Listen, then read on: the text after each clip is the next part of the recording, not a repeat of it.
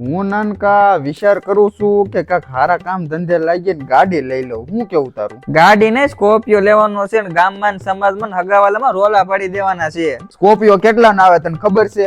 22 લાખ નો આવે. ભલે ને 22 લાખ નો આવે, બાકી લેવાનો છે ફાઇનલ જ છે. હા પણ હું ક્યાં ના પાડું છું, પણ હજી આપણે 20-25 વર્ષ વયા જાહે સ્કોર્પિયો લેવામાં.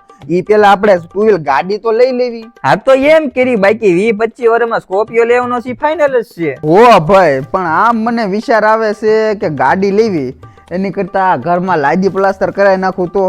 કારણ કે ગોર દાદા ફેરા ફેરવી દે, કઈ ઘર થોડા કરી દે એની જેમ મમ્મી પપ્પા ઘર બનાવી દે, લાદી પ્લાસ્ટર થોડા કરાવી દે. ઈ તો આપણે જ કરવાનું છે. હવે બે સાઈને મહિના બેહો ને તો બસ છે. મંડાણા સો હતા ટાઢા પોરના ફાકા મારવા તે.